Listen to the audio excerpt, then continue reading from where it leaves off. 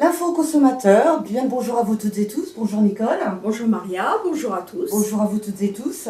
Alors comme régulièrement, on se donne rendez-vous pour apporter un maximum d'informations et éventuellement toi, Nicole, apporter des conseils. Et aujourd'hui, notre émission va être consacrée aux faux agents, notamment qui nous font du porte-à-porte.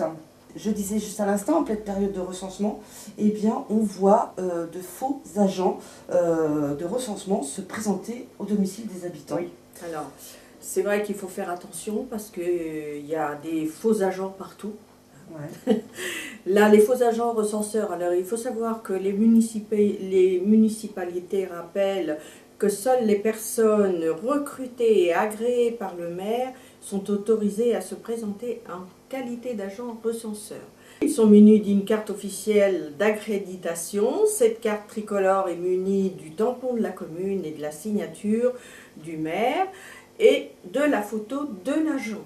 Il y a les faux agents qui se présentent de la part de EDF, de RDF, de France Télécom, de la CAF et tout.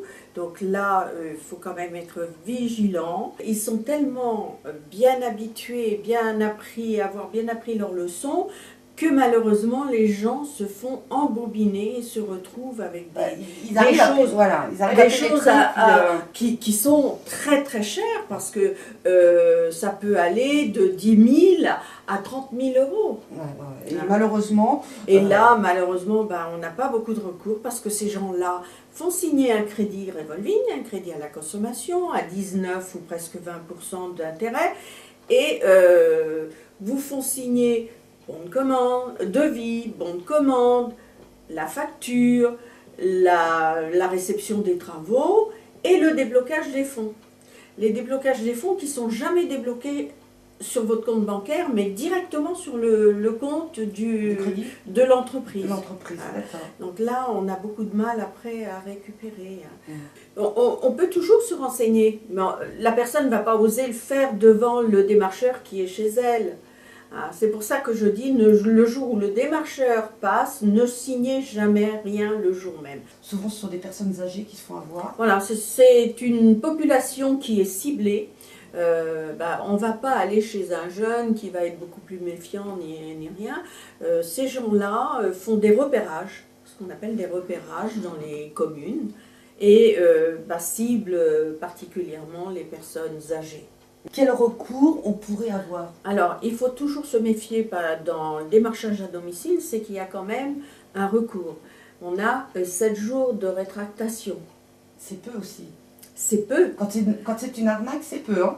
C'est peu. Malheureusement, si vous dénoncez l'achat, par exemple, dans les 7 jours de rétractation, il faut toujours le faire en courrier recommandé avec accusé de réception. Et puis, surtout faire très attention, moi je dirais aux gens, d'aller voir son banquier en disant « Attention, j'ai fait un achat, je me rétracte, je fais dans mon temps qui m'est imparti pour le faire. Surtout, s'il y a des prélèvements, ne payez rien. » Nicole Lernaud, une permanence à Auxerre, qui est ouverte pratiquement tous les jours. Tous les jours, oui, le lundi, mardi, jeudi, vendredi. Une permanence à Sens, une permanence à Joigny, à Saint-Florentin, à Toussy, puisqu'on a ouvert notre permanence l'année dernière, et puis à Avallon, le 2e et 4e mercredi de chaque mois, de 17 à 19 h. Voilà. Le numéro de téléphone d'Auxerre, c'est le 03 86 52 89 32. Et nos bureaux sont à la maison des syndicats, dans les locaux de la CFDT, puisque ASECO et ASECO CFDT. Et ça se trouve 7 rue 7 rue Max Contin. D'accord. Vous traitez par courrier, par téléphone, c'est-à-dire les gens peuvent vous appeler et les gens peuvent vous écrire? Les gens peuvent nous demander des renseignements par téléphone, mais si le dossier est trop complexe, les gens nous envoient le dossier, et puis là, parce qu'il faut qu'on ait les pièces en main, on ne peut pas traiter un dossier par téléphone. D'accord. Merci beaucoup Nicole, à bientôt. À bientôt, au revoir. Merci, au revoir.